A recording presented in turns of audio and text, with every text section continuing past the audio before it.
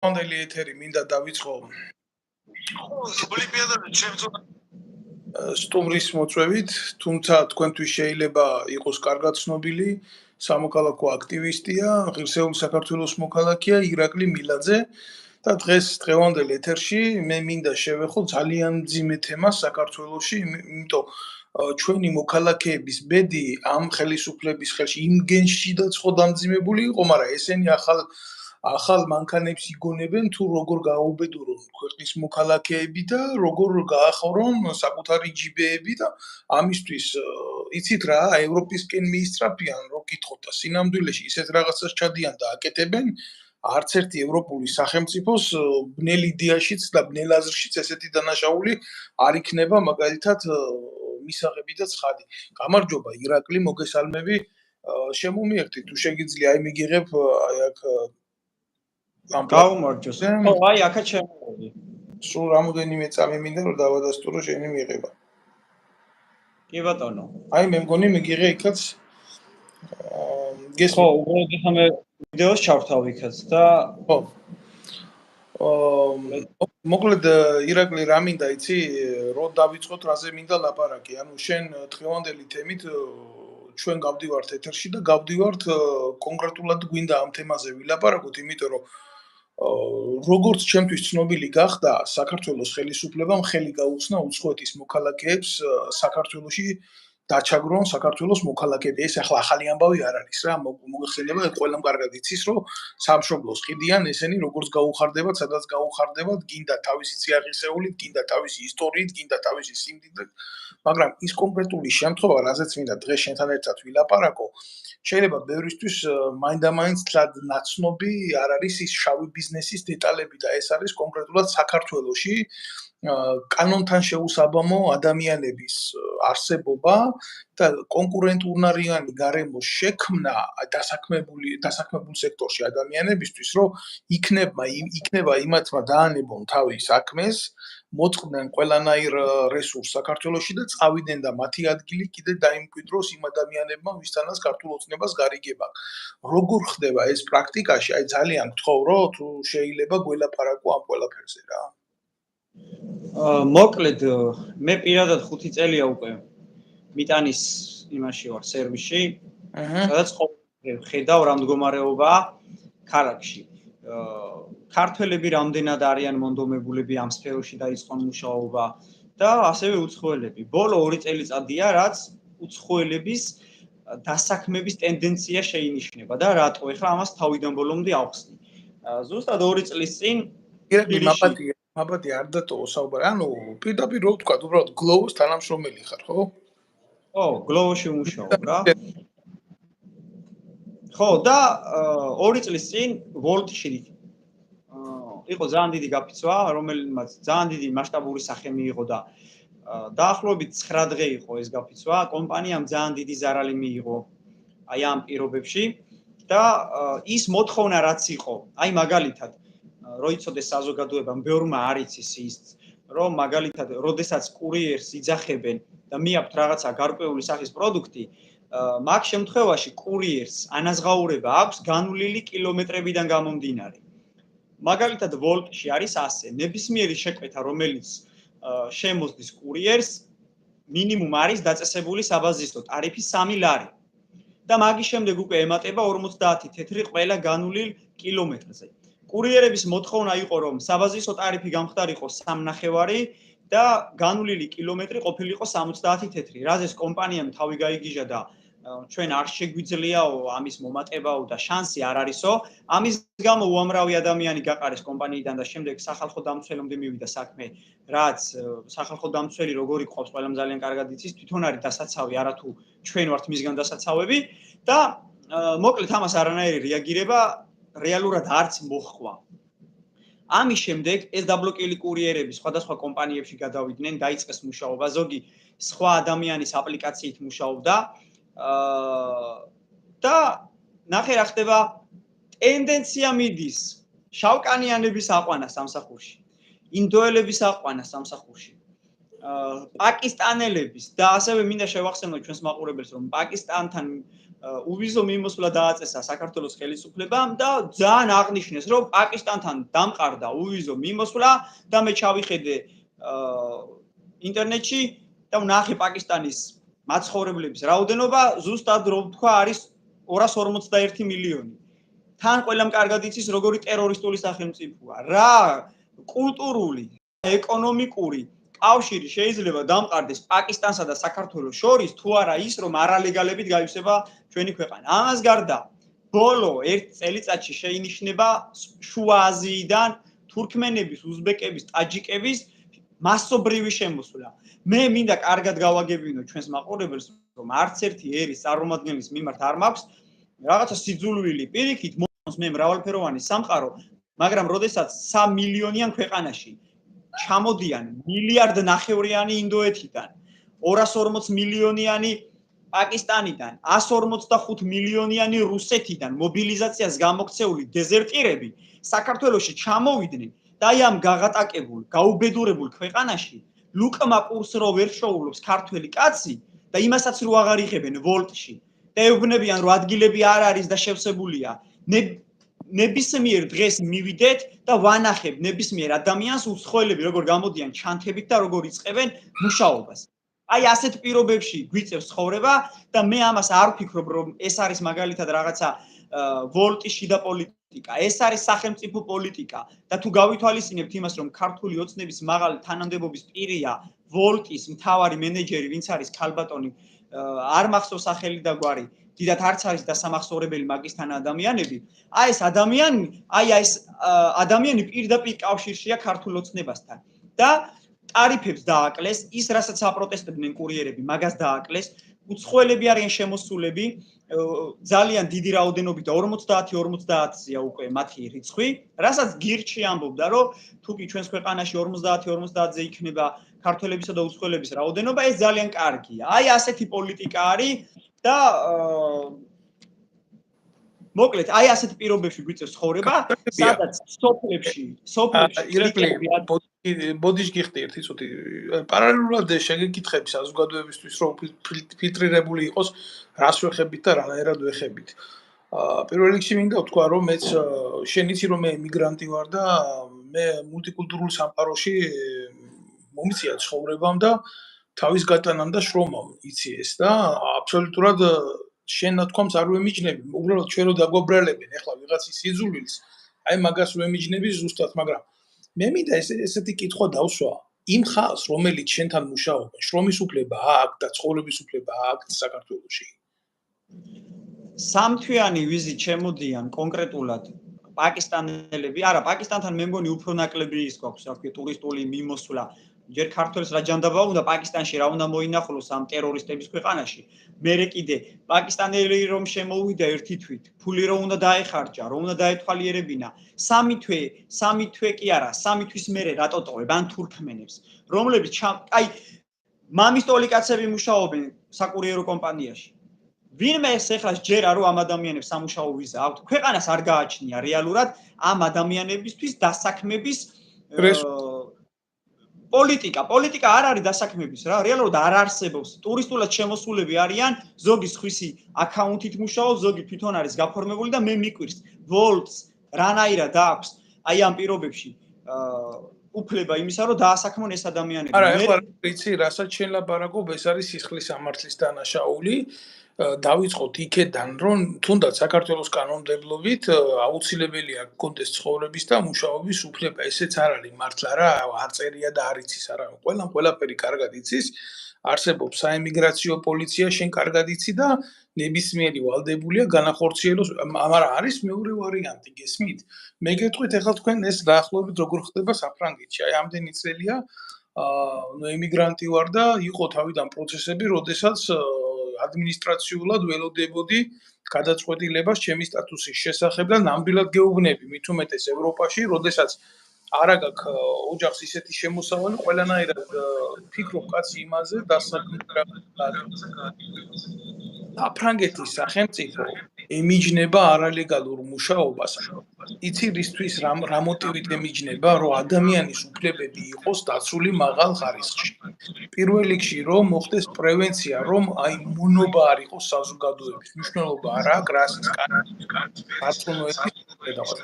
ახლა შენ ძალიან საინტერესო რაღაცა თქვი, ადამიანები სხვისი სახელით მუშაობენ სხვისი საბუთი. ეს არის უკვე საკუთრის სამართლის მაგრამ მე მიჩნდება პირდაპირ გეტყვი იმის განცდა, რომ ეს არის ძალიან ძიმე ბიზნესი, ძალიან მაგ მეორე აუცი, რომ არსებობს პირდაპირ ეთერში ჩვენ მახსოვს. ხოდა ეს არის შავი ბიზნესი, რომელსაც პარალელურად და ეს ბიზნესი შემოკარგო არასოდეს არ იმართება ბუნებრივად, ეგზისტენციალურად ეს არის დამოკიდებული სახელმწიფო უშიშროების სამსახურზე, მაგი კი არა $20,000 რო გაქვს დღეს ანგარიშზე და ბანკში დადევი, ჩვეულებრივ ადიხარ უშიშროების კონტროლის ქვეშ. და როგორ ახლა შენ წარმოგიდგენია ტერიტორიაზე ადამიანები შემოუშვეს, ჯერ ესე არ ხდება რა. საქართველოში ეგ უწყებები, როგორც შენ ამბობ, აი საზღვრის დაცვის უწყებები, არც ისე ცუდად არის განვითარებული. ანუ კარგად იციან იმათმა, ვის უშვებენ ქვეყანაში და რის ფასად. მინიმუმ ეს იმიტომ კეთდება, რომ ბიძინა ივანიშვილის უსაფრთხოება იყოს დაცული, განსაკუთრებით ახლა, როდესაც დაანონსდა ივანიშვილზე ტერორისტული რაღაცა აქტი თუ თავდასხმაც ეს განახორციელეს თუ დაწყებულია გამოძიება სახელმწიფო გადატრიალებით. ანუ რისი თქმა მინდა, იცი, მე ამ დეტალს ცალკე შევეხები. აქ რომ არ იყოს კონკრეტული ფინანსური ინტერესი ქართული ოცნების და შენ კარგად ახსენი, ეხლა რაც უნდა რა ვიცი, რა რისით ის უნდა ამას დეფინიცია ქართული ოცნების ერთ-ერთი წევრის ყოფილა ეს ბიზნესი. ამას არ უნდა ლაპარაკი, რაც ხდებოდა ნაცების დროს, ყუბში აყვანილი ხდება კოცების დროს და ხდება უფრო მძაფრად და უფრო მარგინალურად, ვიდრე ეს შეიძლება ნაცებს ეკეთებია.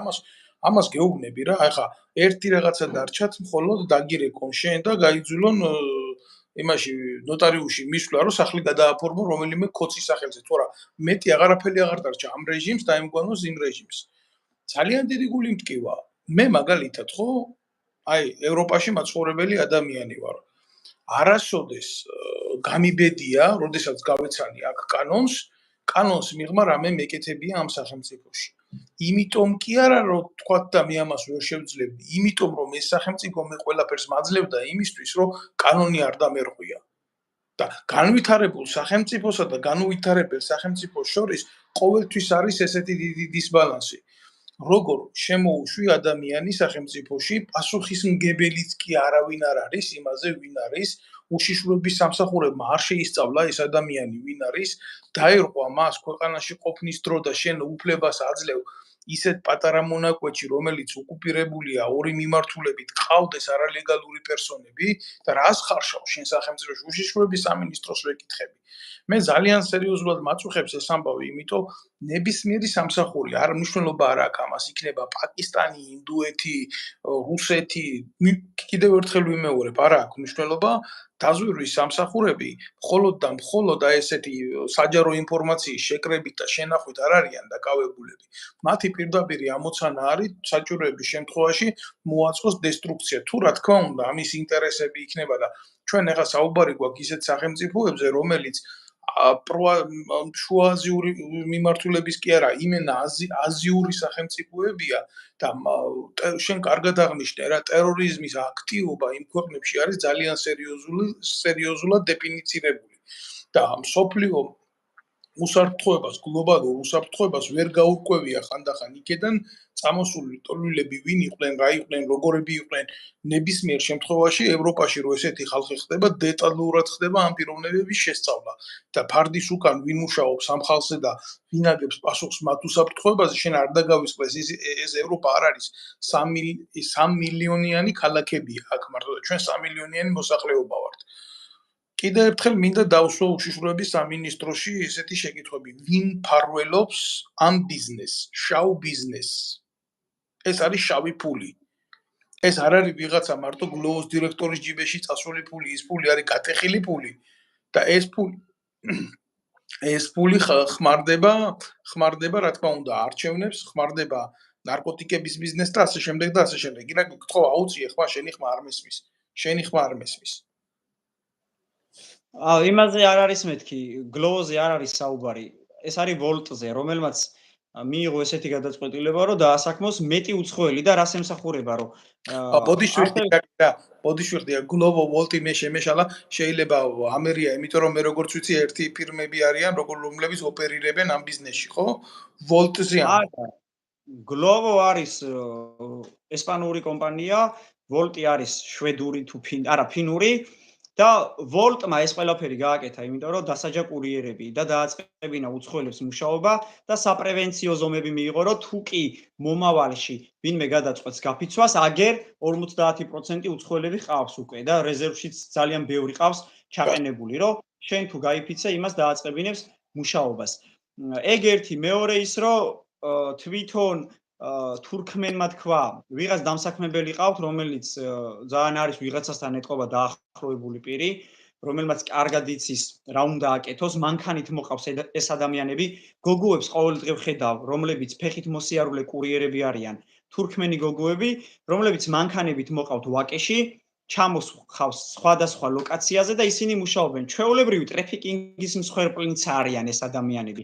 ბინებში ფულს ახდევინებენ, რა თქმა უნდა, თვითონ ქირაობენ ამ ბინებს, ასევე ზოგზე ველოსიპედს აქირავებენ, ზოგზე სკუტერებს აქირავებენ და ვიღაცასთან მიდის წილი.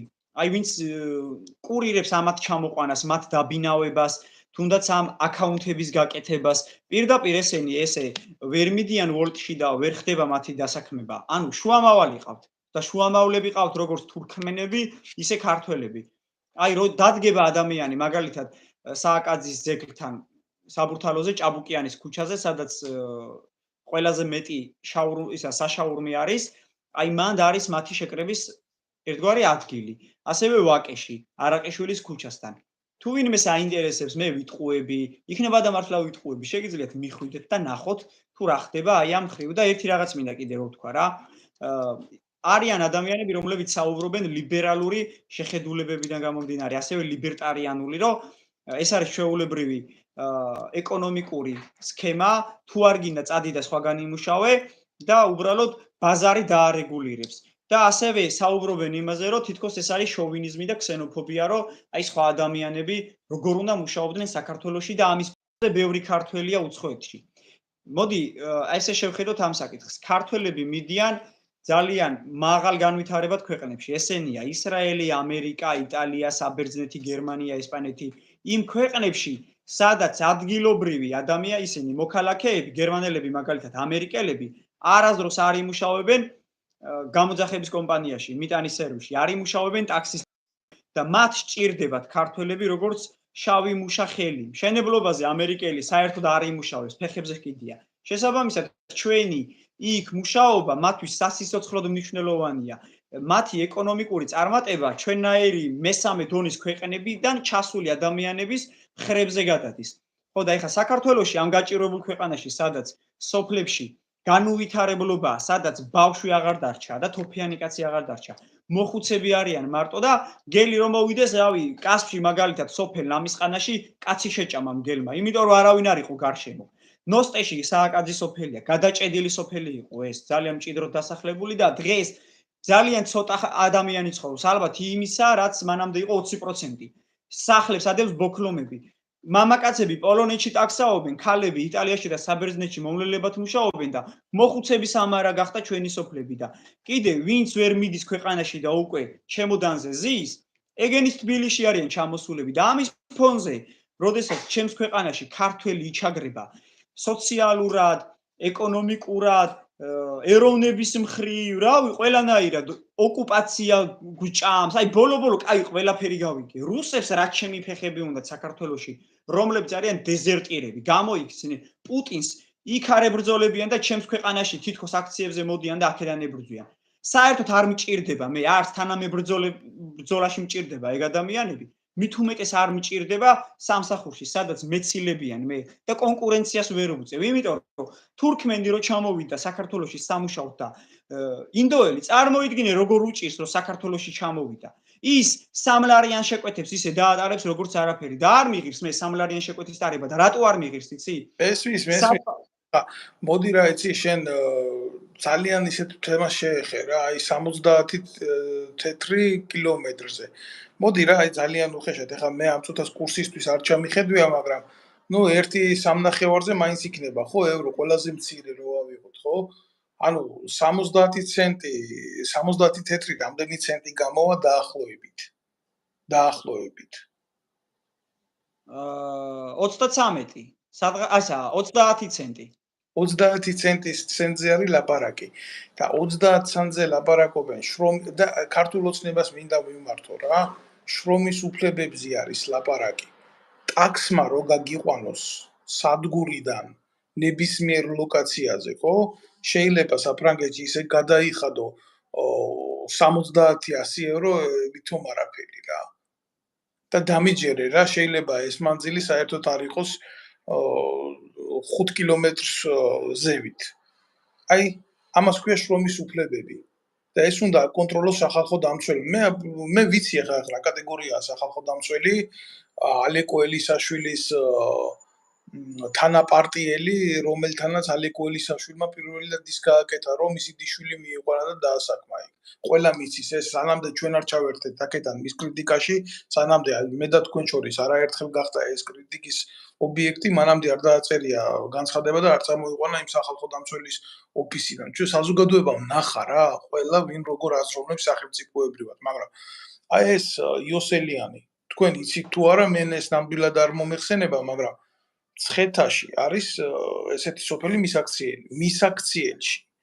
აქ მილიარდების, მილიონების უკაცრავად ესი ნაყიდი ელექტროსადგური, რომელსაც ამ წუთას განაგებს მისი ძმა. სახალხო დამცველზეა ლაპარაკი. ეს არის ალეკო ელისაშვილის პარტიის ბიუჯეტი ჩვეულებრივად და ეხლა ესეთი ადამიანი კალაძესთან კოლაბორაციაში მყოფი გამოვა და იქ კარგად უთხრეს რა ის მიტინგი რო იყოს შეყლეო, შენ ვაპატიე რა, ეხლა საზოგადოებასთანაც ბოდიშს ვიხდი, მაგრამ რაც დაუძახეს იმ სახელის ციტირებას ვახდენ რა.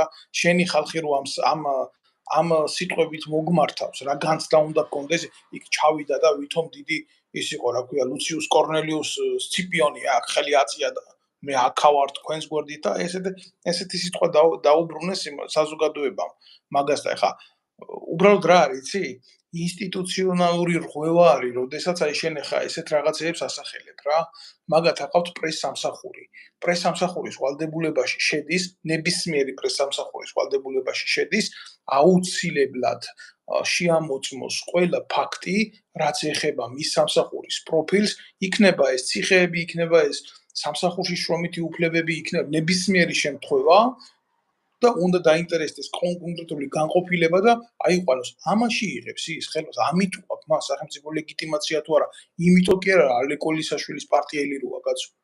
ამ ხნის მანძილზე დაგინახია სადმე ცუდ გამოყოფილი მისი ოფისიდან, მისი მილიონებად ღირებული მანქანა დაგინახია სადმე ჩამოსული.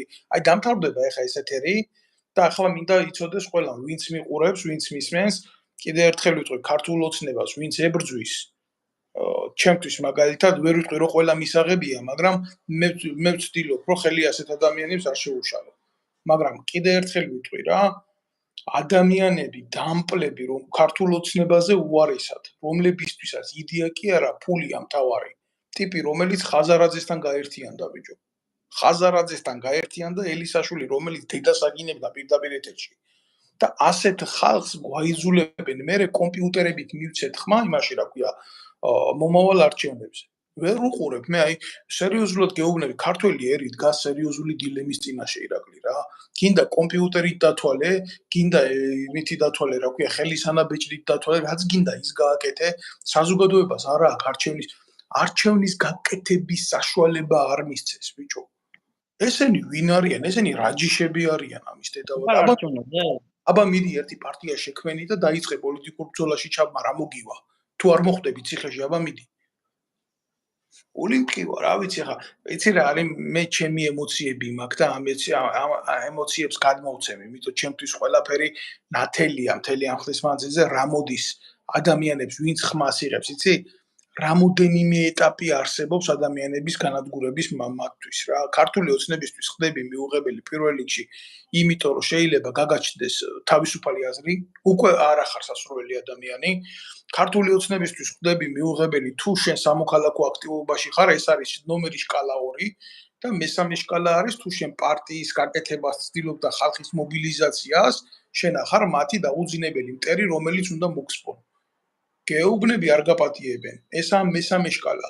მე მინახია ხალხი დაჭერილი ამ იდეის გულისთვის ციხეში საქართველოში. და შენ ლაპარაკობ იმას ჩამოიყვანეს, ეს ჩამოიყვანეს. იცი საწავა მაგ ფული, აი არჩევნები რომ მოვა. ამ ტიპებისგან ამოღებული ფულით დარიგდება კიდევ ერთი უფასო ჩეკები, ნარკოტიკის ჩეკები, გაიხსნება ორმაგად და სამმაგად მეტადონის მიმღები პუნქტები, იქ რას გასცემენ ეშმაკმაიცის. რა ბიზნეს ჩაატრიალებენ, იცი? ციხეებზე, ამინისტიებზე არაფერს არ ვლაპარაკობ, ვის გამოუშვებენ, როგორ გამოუშვებენ, რანაირად გამოუშვებენ. ესეც ხო ბერკეტეთ აქვს დაჭერილი რა იკადრონ და რა გააკეთონ. და საბოლოო ჯამში აი ამ თქვენი ქართველი მოსახლეობის ტყავზე აღებული ფულით ისევე თქვენ დაგამონები. ანუ ჩვენ რა მე და შენ რა სხვა კი არა ვართ ერთმანეთისთვის კაცო. რაც არ უნდა მიუღებელი იყოს ჩემთვის ნებისმიერი პოლიტიკური მოძრაობა რა. მე ადამიანს ქართველ კაცს აი ესე სასრულად და მოსაკლავად ვერ გავიმეტებ რა. მიუხედავად იმისა, სამხედრო ვარ და გამოცდილება მაქვს და ეს სხვა არის ადამიანი მოკლა ბრძოლაში და სხვა არის ადამიანი მოკლა შენი პოლიტიკური ვიწრო ინტერესების გულისთვის რა. ეგ არის ჩემო კარგო სხვაობა მეტი ესენი მზად არიან ამისთვის. ესენი მზად არიან იმის გულისთვის საკუთარ ძალაუფლებას გადააყოლონ ყველაფერი. ეხლა არავინ არ თქვას რომ აქ ირაკლი მილაძის სიტყვებს ბერკეტად ვიყენებ რომ ეგენი ვლამძღო რა. ჯერ ერთი ამ კაც არაფერი არ ჭირდება ჩემი გამოსაყენებელი და მე მეორე მე პასუხი მაინტერესებს. ამან რაც თქვა ამ ტრეფიკინგის უკან ტრეფიკინგი არის ევროპული კანონმდებლობით ყველაზე სერიოზულად აკრძალული დანაშაული რა.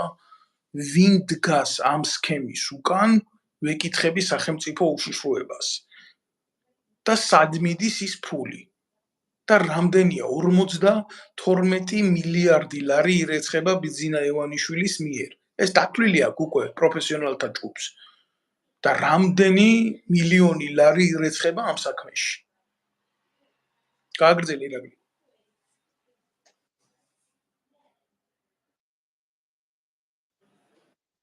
ზუსტად იყო 3-4 დღის წინ ღრმაღელის მეტროსთან ქსნის ქუჩაზე გზა რომ ჩადის სანაპიროსკენ, აი მან 10 საათზე ზუსტად ჩავიარე და მან არის მეტადონის ოფისი. რიგი იყო იცი რამხელა? იფიქრებდი რომ 90-იანებია და პურის რიგში დგას ხალხი. და მოპირდაპირე მხარეს არის სახაჭაპურე და ერთი კაცი არისო იქ. რომ ხაჭაპური ეყიდათ. აი მეტადონზე შესვეს ხალხი, როგორც წეგან საუბრობდი, მაგის გარდა კიდე ძალიან ბევრი პროგრამა აქვთ. ნაციონალების დროს რა გქონდათ კაცო, რა პროპაგანდა, რის ხალხის დადებილება. მაშინ ყველას ერთიანად ხარშავდნენ ერთ იმაში, რა ქვია, ქვაბში, ნორმალური, არანორმალური ერთად იყო დაჭერილი. ეხლა აქვთ ჩვეულებრივი რო დავარქოთ აი ესე გრუპები, ჯგუფები, სადაც ყველანაირი ტიპაჟის ადამიანი ყავთ, დავერბოკებული, ესე რომ ვთქვათ. ხელით უკავიათ, მეტადონჩიკები, ამათმა რომ მეტადონი ვერ მიიღონ ეხლა, ხო წარმოგიდგენია რა მოხდება, არა? დაჯერებული აქვთ ფსიქოლოგიურად, რომ მეტადონი, მათი გადარჩენა.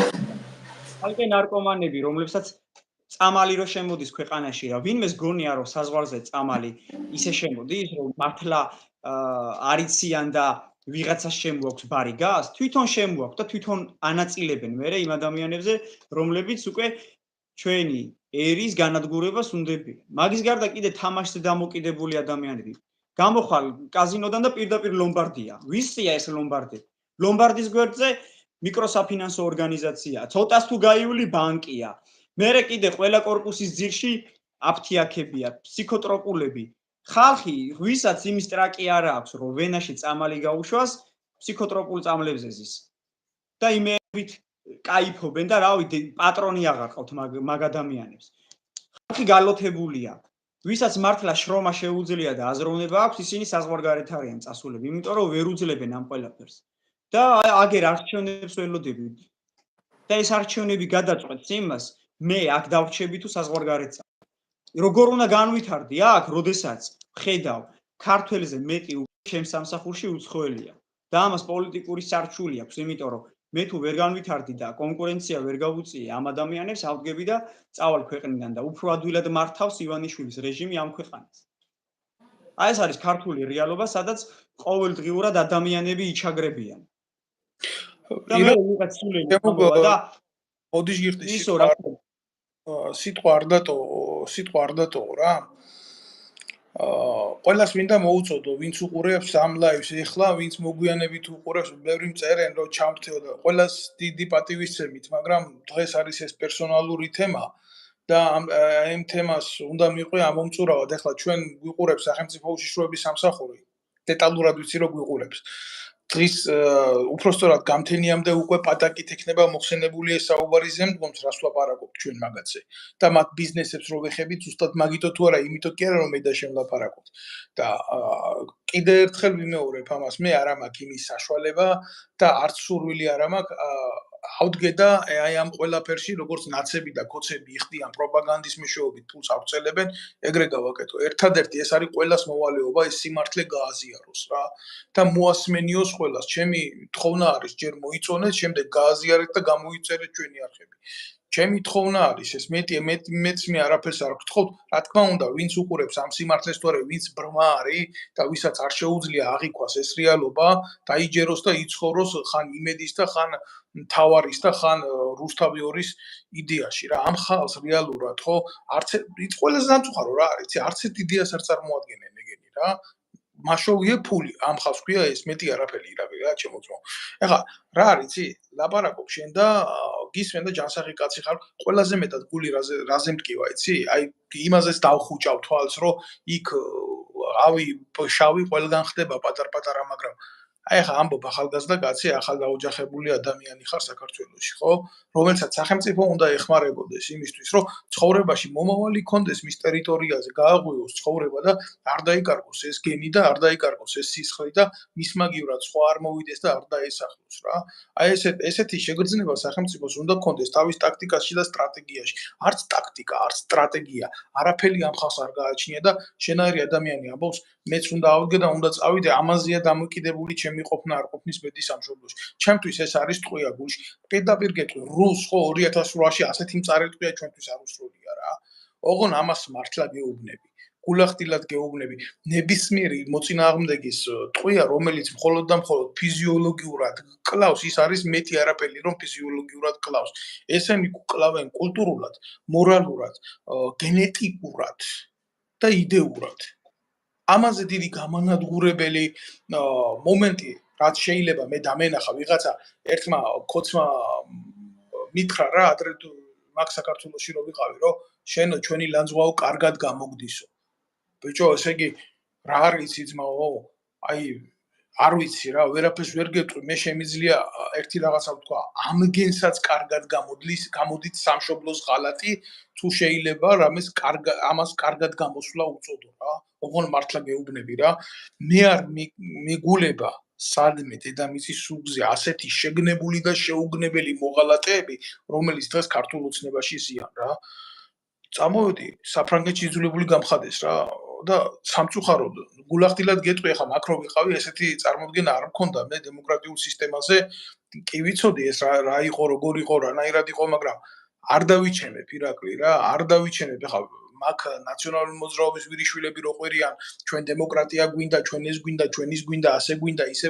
მაგენი არიან რაღაცა ევროპაში განავალები და მე აქ ვცხოვრობ ძმაო რა და ზუსტად ვიცი რას ნიშნავს ევროპული ღირებულებები და ევროპული სახელმწიფოს მხარდაჭერა ეს არის ოჯახებზე პერსონებზე პიროვნებებზე თანადგომის სერიოზული ემპათია ეს არ არის რაღაცა იმიტომ რომ შენი არსებო არა შენ უნდა იგრძნო თავი ღირსეულ ადამიანად და როდესაც შენ ღირსეული ადამიანი ხარ მაშინ ის სახელმწიფოც ღირსეულია ესაა იდეაში ჩადებული კაცო და ვერ გავიგე ახლა შენ ისეთ რაღაცებს ამბობ ქართულ ოცნებას უკვე სერიოზულად აქვს გადაშვებული ხელი ბიზნესი არალეგალური შავი ყოველთვის იყო მაგრამ ასეთი მასშტაბების ჩამოდი ერთი შენ აი უცხოეთშიც ხდება ესეთი რაღაცა არალეგალურად მუშაობა მაგრამ ასეთ ფატალურ შემთხვევებში შენ რომელიც სახელმწიფოს გენეტიკას დააზიანებს, რომელიც სახელმწიფოში უმუშევრობის პოლიტიკას თავდაყირად დაატრევ, ვინ გაპატიებს? შენ შეიძლება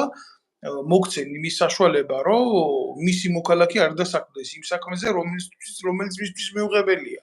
აი ამაზე შეიძლება დახუჭონ თვალი, მაგრამ იმაზე ვინ დახუჭავს თვალს, რომ შენ აქ უცხოელს სამუშაო წაართვა, უსაბუთო და შრომის უფლების არ მქონი ადამიანმა. ეს არის ხაპარი. ქართულ ოცნებას ვეკითხები, საით მიდიხართ? საით მიდიხართ და მიგყავთ ეს საცუდავი ადამიანები. შენ სწორად აღნიშნე. ქართველი დედები უცხოეთში არიან, ზოგი იტალიაშია წასული, ზოგი გერმანიაში, ზოგი კიდე სად და სად. რომ იმის გულისთვის, რომ 2 კაპიკი გამოგზავნონ და გადაარჩინონ ადამიანები, იმიტომ სახელმწიფო ვერ გახდა დამცავი ოჯახების. სახელმწიფოს არ გააჩნია არანაირი პოლიტიკა, სახელმწიფო ვაჭრობს თვითონ მოქალაქეებით. გული მტკივა. გული მტკი არა, გული მარტო კი არ მტკივა ირაკლი რა, ხალატად მიმაჩნია ეს ყველაფერი ძმაო. იცი რა არის გულახდილად გეტყვი, ყოველ დღე რო ავდგები ვფიქრობ რა შენზე. ღმერთო მიეც იმის გამძლეობა, რომ სამ ქვეყანა არ დატოვოს. და არა მარტო ჩემთვის, არამედ ბევრი ჩემნაირი ადამიანისთვის, შენ და შენაირი ადამიანები დღეს ხართ უკანასკნელი ღობე, თქვენ თუ მოიხსნებით და თქვენ თუ წახვათ ქართულ ოცნებას, მეტი არაფერი არ უნდა. ქართული ოცნება ერთ სოფელს, ჩინურ სოფელს მადლობას კი უხდიან სი ძინპინს, ის ბიზინძინი რო ყავთ. პრემიერ-მინისტრი სი ძინპინს უხდის მადლობას რა, მილიარდს გადაცდა სი ძინპინის მმართველობის ხელში ჩინეთი. მილიარდ ნახევარს და ჩვენ 3 მილიონამდე შევწირდით ბიჭო. ერთ სოფელს ჩამოასახლებენ ჩინეთიდან 12 მილიონი ცხოვრობს ყველაზე პატარა სოფელში. დამთავრდება საქართველოს მომავალი და ბედი. აი ამის თქვა მინდა. ბევრი რამე შემიძლია ვილაპარაკო, მაგრამ ამას იმიტომ არ ვლაპარაკობ, რომ აქ იმას ვიფხარ მარტო რა. შემიძლია ირაკლი, იცი? ძალიან მშვიდად ავდგე. გავაღო ჩემი სახლის კალი, წავიდე სამსახურში, მოვიდე და ვიყო ბედნიერი, ხო, როგორც ფიზიოლოგიურ მუტანტს ეთყობა თუ ადამიანი არ ვიქნები და თუ სამშობლო არ მექნება და თუ არ მეუცნობ მამა ჩემი საფლავს საქართველოში, ჩემ ოჯახს, ჩემ ნათესავებს, ვინც დამრჩა, ვინც დარჩა საქართველოში, ხო? იცი, მაშინ ძალიან გამარტივდება ცხოვრება, თუ მორალი არ მექნება, მაგრამ მე რო ეს ყველაფერი მაქვს, მე რო ქართველი ვარ, მე რო თავიდან ვერასდროს ვერ დავიბადები სხვა ერისშვილად, რა გავაკეთო მაშინ მე?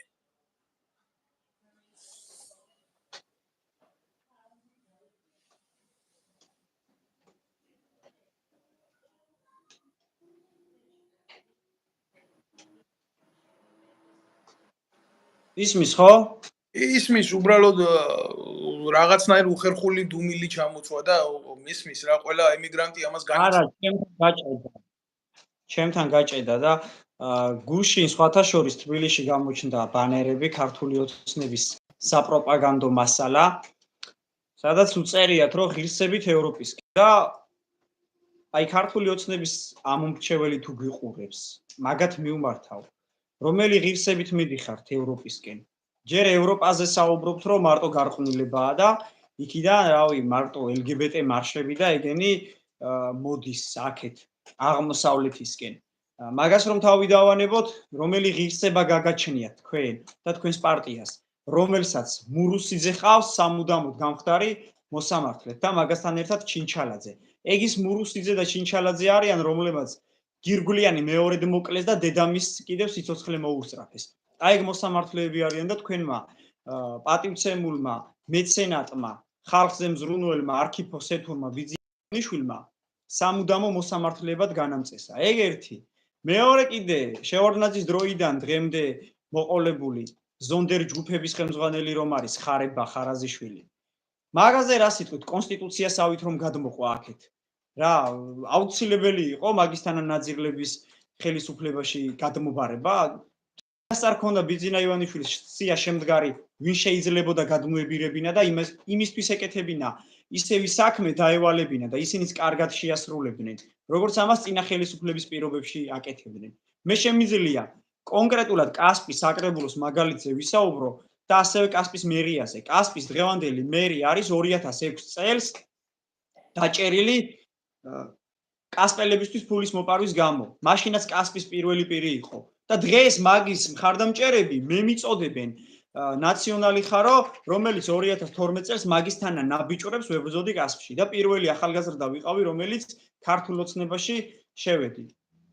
მაგის გარდა კიდე კასპის საკრებულოს თავმჯდომარე შოთა ბეგლარაშვილი საერთოდ არ ჩანდა ჰორიზონტზე.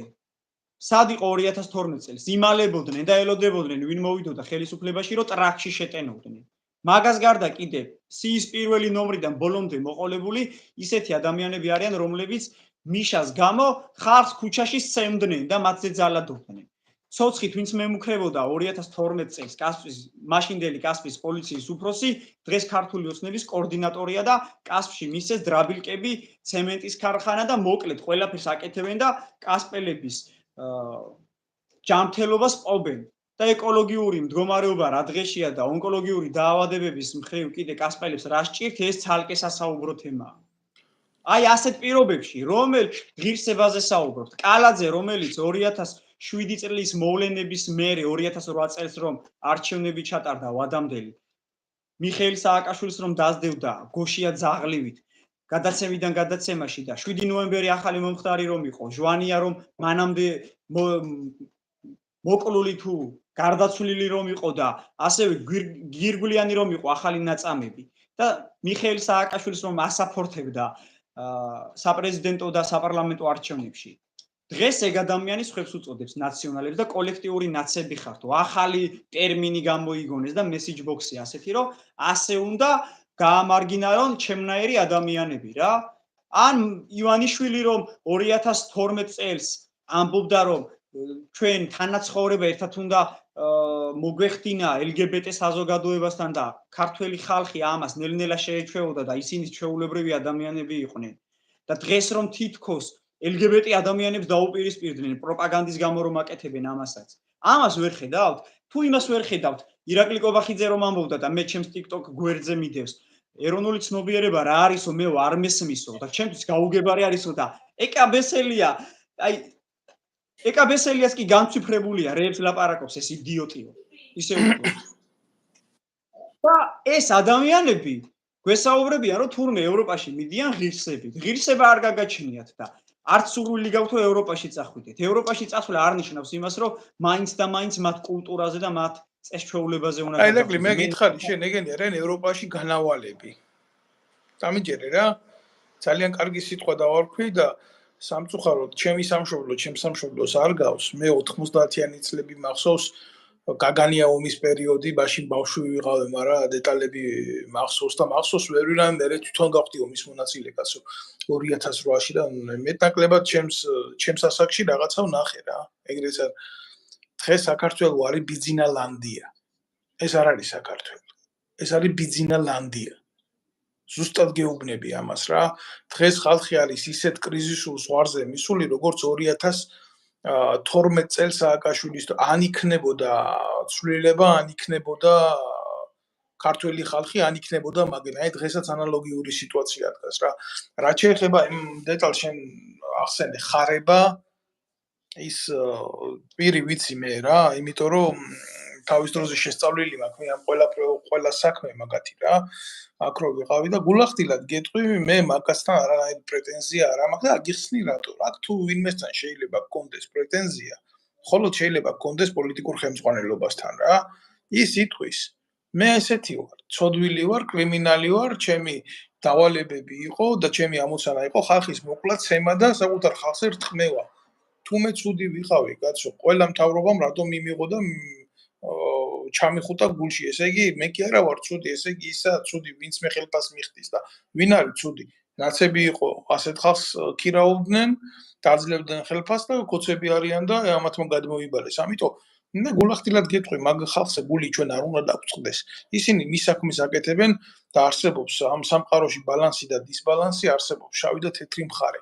ეს არ არის საკითხის ფილოსოფიური გააზრება.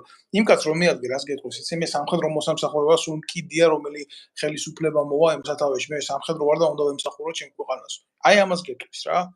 მაგრამ ქვეყანაში როდესაც არ არსებობს სამხედრო პროკურატურა, არ არსებობს სამხედრო ტრიბუნალი და ყავს სასამართლო, რომელსაც მურუსიძე მართავს, სამოქალაქო სასამართლო, რომელიც იმის აზრზეც არ არის მოქალაქეებს კანონი როგორ მიუყენოს და სიმართლე როგორ დააყენოს ქვეყანას, შერაგონია ესეთი ადამიანები სამხედრო და ძალოვან სპეციფიკაში ჩაიხედებენ სამართლებრივ დონეზე და იქ გაარკვევენ სიმართლეს. რაც არის ძმაო ერი, ის არის ბერი რა.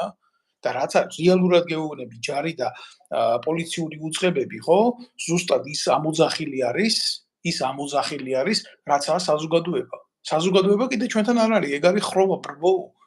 იმიტომ რომ ემპათია არაა საზოგადოებაში გვერდზე დგომის განცდა არ არის. ეხლა ძალოვან უწყებებზე წავიდა ლაპარაკი, არ მინდა შენთან ამ თემაზე ხოლმე სიღრმისეულად შევიდე, მაგრამ წეხან მომაწოდეს ინფორმაცია, ერთ-ერთ ბრიგადაში 35,000 ლარი აგროვდა კონკრეტული პირებისგან, რატო აგროვდა ეს ფული?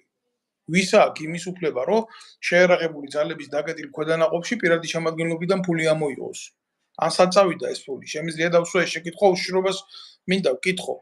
და ამაზე მე კონკრეტულ ბლოგებში ავწერ, როგორ კაცო, იმასე გლოვო თუ რა ქვია იმ კომპანიას როგორც შენ თქვი, შემახსენე? შემახსენე იმ კომპანიას რა ქვია გლოვო თუ რომელი კომპანია? ვოლტი. ვოლტში არის და ესეთი მამაძაღლობა ხდება ფინანსური მახინაციის, ჯარი არის და ესეთი ფინანსური მახინაციები ხდება პირად შემადგენლობაში. ვინ არის ამ ქვეყანაში დაზღვეული? რაღა მანდა მაინც წინასაარჩევნოდ ხდება ესეთი რაღაცეები. ვისთვის აგროვებთ ამ შავ ფულს? გასაგებია ივანიშვილს დეკლარირებული აქვს ეგ ფული და დეკლარირებული აქვს, მაგრამ ივანიშვილი ისეთი იდიოტიც არ არის, ქართველი ერის სისხლის დაღვრაში მისი ფული გაიღოს, კაცო. ქართველ ერს უნდა წურბელასავით დააღვევიოს მისი იქედან ხალხიდან ამოღებული სისხლი. ეს არის ბიძინა ივანიშვილის მეთოდიკა. და ეს არის ეს ადამიანები, ახლა შენ თუ წარმოგიდგენი აი რეალურად რა, ყველანაირი იმის გარეშე გეუბნები ამას, აი მართლა თუ წარმოგიდგენია ერთ მშვენიერ დღეს ბიძინა ივანიშვილი ხო ადამიანები ვარ, რო აღარ იყოს. აი ეს მისი სისტემა, ქართული ოცნების ეგრეთ წოდებული თიხის ფეხებზე მდგარი სახელმწიფო. ვითომ სახელმწიფო. რო გაიგონ რომ ბიძინა ივანიშვილი აღარ არის და ვალდებულებები არ აქვს მათ როგორი იქნება მეორე დღის საღამოს დღის არტყელამდე ვეღარ გაატანს ეს ხელისუფლება. ჩამოიმხობა. ამას მართავს ერთი კაცი და ერთი კაცის ავტორიტეტი. ეს არის ავტოკრატიული სახელმწიფო. გულახდილად გეუბნები ამას. როგორც კი სააკაშვილი ჩვენ პოლიტიკური მართვის ეს რგოლი ვნახეთ რა, როგორც კი სააკაშვილი გამოვიდა ადეკვატურობის ზონიდან და დაკარგა მართვა შინაგან საქმეთა სამინისტროზე, დაკარგა მართვა თავდაცვის სამინისტროზე, ახალაიებზე, დაკარგა მართვა სხვადასხვა ელემენტებზე და იქ მოხდა იმაზე დიდი აღრევა, რასაც მისი პროპაგანდა ვერ უწევდა ბალანს უკვე საზოგადოებაში, იქ წავიდა უკვე ქვევით ფსკერისკენ. და როგორ გონია ახლა შენ ივანიშვილი და ივანიშვილზე დაყრდნობილი მონები, რომლებიც მხოლოდ და მხოლოდ მიილტვიან იქეთკენ ჯერ ბიძინას როგორ ასიამოვნონ და მერე საკუთარ თავს. ამ სისტემის ცოდვებში არ არიან შესული? ეს არის ძალიან სერიოზულად დაავადებული ხელისუფლება, მართლა გეუბნები ამას, დაჭაობებული ორგანიზმია ეს და ამ ხელისუფლების ჩამოშლა როგორც სისტემის ეს ნებისმიერ დროს შეიძლება მოხდეს, როგორც კი პოლიტიკური უთანხმოება იჩენს საკითხს და ეს დამოკიდებულია, რა თქმა უნდა, გეოპოლიტიკურ სტაგნაციებზეც. ქართული ოცნების ხელისუფლება დღეის მდგომარეობით ეყრდნობა პოლიციურ ძალებს.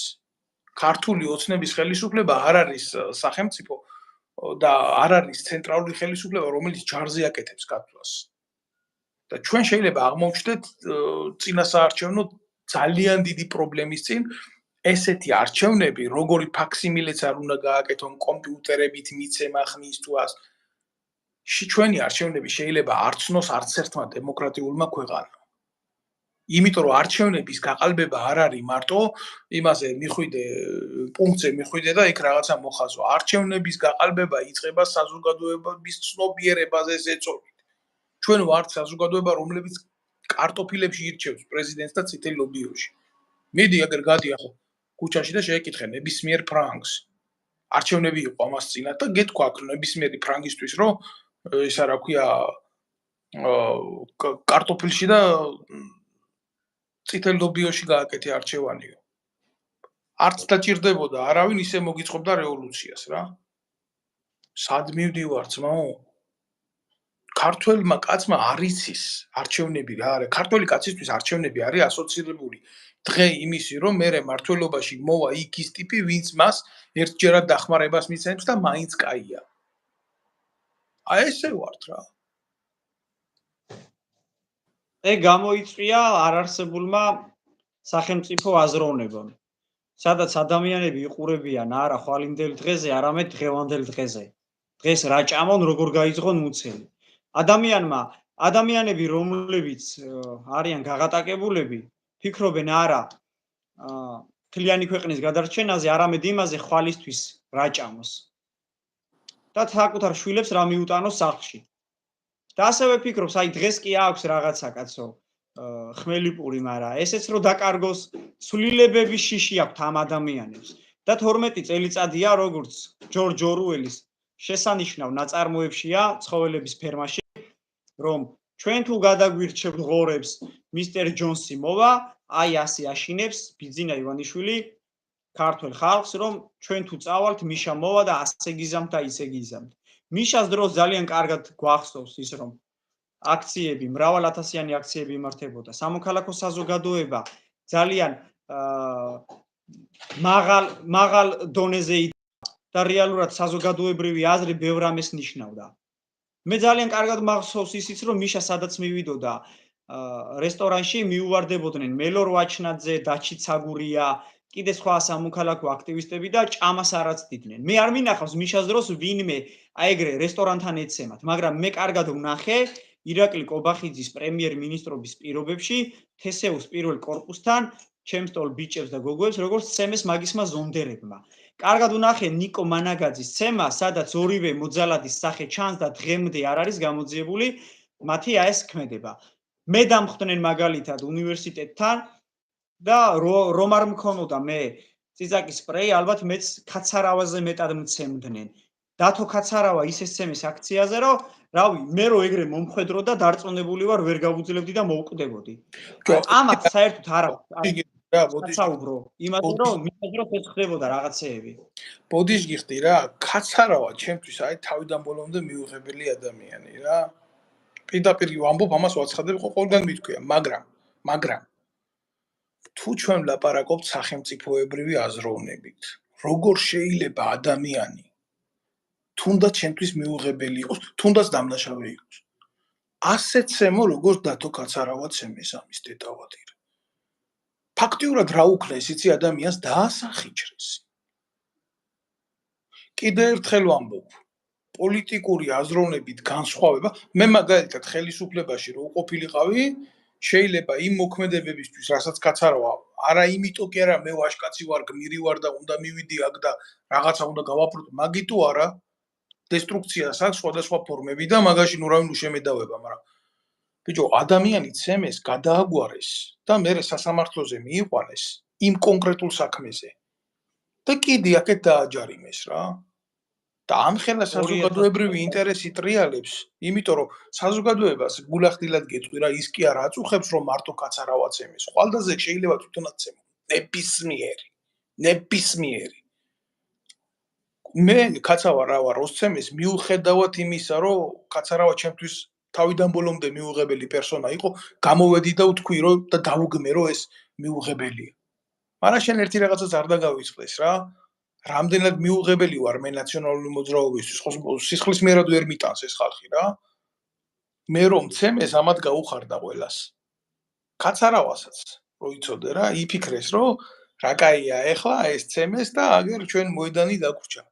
მაგრამ ეს ბოროტება და არასახელმწიფოებრივი სისულელე კი არსად ხრება ჩემო ირაკლი, ბუერანგივით ბრუნავს, როცა შენ სახელმწიფოებრივი აზროვნების მაგივრად გადაჩნია პრივატი, როცა შენ ფიქრობს მარტო შენი ქმედებებისთვის რა არის უკეთესი და არ გმობ სახელმწიფოებრივად იმ კრიმინალს, რასაც ჩადის სახელმწიფო, რომელსაც აქვს მხოლოდ და მხოლოდ ლეგიტიმური ძალა გამოიყვანოს ძალაუფლება. და როდესაც სახელმწიფო ემგვანება სწორად თქვი შენ ჯორჯ ორუელის ფერმას, შენ არ დაგავიწყდეს რა, როგორ დამთავრდა ეს პოლიტიკური იგავარაკი ჯორჯ ორუელის. ხორები მისული ფერმერის სახლთან ცხოველები მისული ფერმები, უпростоრად ღორები მისული ფერმერის სახლთან, რომლებიც უყურებდნენ ფერმაში როგორ თამაშობდნენ ადამიანები ბანკოს. ხო? ხო არაფერი არ მეშლება და სვამდნენ ვისკის. ბოლოს ღორებს ვეღარ გაერჩიათ რომელი იყო იქ ღორი და რომელი იყო ადამიანი მათ შორის. აი ზუსტად ეს არის ის თეზი მაგარი დასასრული მაგის. ხო, ეს არის ზუსტად ის ფიასკო, რაც ჩვენ გვჭირს ოპოზიციაშიც, პოზიციაშიც. ბიჭო, პოლიტიკას თუ ეხები და ნებისმიერი დონის იმაში ხარ, ორგანიზაციაში ხარ. როგორ შეგიძლია შენ დუმილი შეინახო იმაზე, რომ შენ მოკალაქეს რა გაუკეთეს. ამათ ეგონათ რა, ნაცმოძრაობას ეგონა, კოცებს პატარა პროკოცებს ეგონა ეხლა ვინც გაილახნენ კიდე, რომ იცი რა, ამათ არავინ არაფერს არ ეთყოდა. და მე რო დამარტყეს ხელი კოცებმა რა, შენ მართლა შენ როგორ გგონია, როგორ მოხდა ეს ამბავი? თვითონ სტილი რა, ქართული ოცნების სტილი რა გახდა, იცი? თვალის დანურჯება ვიღაცისთვის რა. ეს არის უკვე ამ ხელისუფლების დამახასიათებელი ხელწერა. არიან კილერები, როდესაც აკეთებენ მკვლელობას და ტოვებენ ხელწერას. არის პოლიტიკური ძალა, რომელიც ძალადობს და ტოვებს მის ხელწერას. ესა ქართული ოცნების ხელწერა. ნაცებს თავისი ხელწერა მსგავსი რაღაცა დატოვეს, გამიგე? ახლა ძალიან მარტივად გეტყვი და ამ წუთას გადმოგცემ სიტყვას ჩემი მეგობარო. რატო გაჩუმდა ყველა? ამათ 5 წლით ადრე დამიწყეს იმის გაკეთება, რაც გააკეთეს ახლა საზოგადოების წინააღმდეგ რა, 5 წლით ადრე. და ყველას ეგონა რომ ეს დღე არ დაუდგებოდა მაგათ რა. და როგორც კი გამოავლინა ქართულმა ოცნებამ თავისი მახინჯი ძალა და ჩავარდნენ იმ მდგომარეობაში როგორც მე, უკვე თავის განკლავება ვეღარ შეძლეს და უკვე საზოგადოების 5 წლით ადრე რო ყოფილიყო ეს შეკითხვები ქართულ ოცნებასთან, საზოგადოების აზრი 5 წლით ადრე გაიაზრებდა როგორი ხელისუფლება ყავდა. აი რა შეახბლები სხვაობა, პრივატული არ უნდა იყოს პოლიტიკას როცა აკეთებ, უნდა იყოს საზოგადოებრივი. მიუხედავად იმისა, მე არასოდეს არ მქონია პოლიტიკური და პარტიული ინტერესები, შენ ეს კარგად იცი რა. ხო იცი ის ფერმაში რომ არის თაგვი რომ მივა ცხენთან თუ ვიღაცასთან რომ დაიჩივლებს რომ მე მგონი იმას აპირებენო ქათმის დაკლასო თუ რაღაცასო ფერმაში რომ ხდება რაღაც და ჩემი საქმე არ არისო და ბოლოს რომ ყველას მოულიან რა არავისი საქმე რომ არ არის და მე ფეხს რომ მოიტეხავს ამ ფერმის დირექტორის ცოლი და ბულიონს რო გაუკეთებენ, ბათს რო დაკლავენ თუ ქათამს რო დაკლავენ. აი ასია რა. ვიღაცას დღეს შენ არევასები პიროვნულად და დაუშვებს იმის შესაძლებლობას რომ დათოვნა გაანადგურონ. ან მე. მაგალითად ალტინფოს რომ გააუქმეს პარტია, რის გამო გააუქმეს? ანუ მათ ინტერესებში აღარ შედიოდა, ხო? ეს ცალსახად არის ძალადობა. ეს რანაირი არჩევნებია. მე საერთოდ არ მევასება ეს პარტია, არც იდეოლოგიურად, არც პიროვნებები არ მევასება, მაგრამ არასდროს არ მივესალმები იმას, რომ აი ასე ამ გზით ვინმეს ებრძოლო. ხვალ მე ვიქნები მაგ იმაში, რა ქვია, მათ რიცხვში, რომელიც ასე გამისწორდებიან. დღეს თუ ჩვენზე ძალადობენ, აი აქ რო წერს ახლა ალიგატორიო თუ რაღაც რო უწერია იმაზე, TikTok-ზე, როგორ ადარებთო, კაცო. მიშას დროს 19 წლის ვიყავი და ძალიან კარგად მახსოვს და ასევე კასპელებს ახსოვთ, როგორ ვიბრძოდი იმ სისტემის წინააღმდეგ, რომელიც ჩაგრავდა ადამიანებს. და დღეს იგივე სისტემა ჩაგრავს უკვე სხვა ადამიანებს და მათთან ერთად მეც მჩაგრავს. და ჩემს თავზე გამოვცადებ რეზინის ტყვიების როლა, სპეცრაზმელებისგან უმოწყალოდ ცემა ადამიანების აქციაზე და თვალებში ნაცარს გვაყრიან და გვეუბნებიან, რომ ეს არ უცემიათ, კაცო და დავით კაცარავამ თურმე იქი დააშავა და 2000 ლარი დაუწერეს. სასამართლოზე სამჯერ ვარ უკვე მისული და სრული ის არის, რა ქვია, ცირკი, სანახაობა, მოსამართლე გავალდებულებს, ბრალდებულს, რომ ბრალმდებელმა რომ დაგაბრალა შენ რომ ასე გააკეთა ამან, შენ უნდა დაამტკიცო რომ აი ასე არ გაგიკეთებია.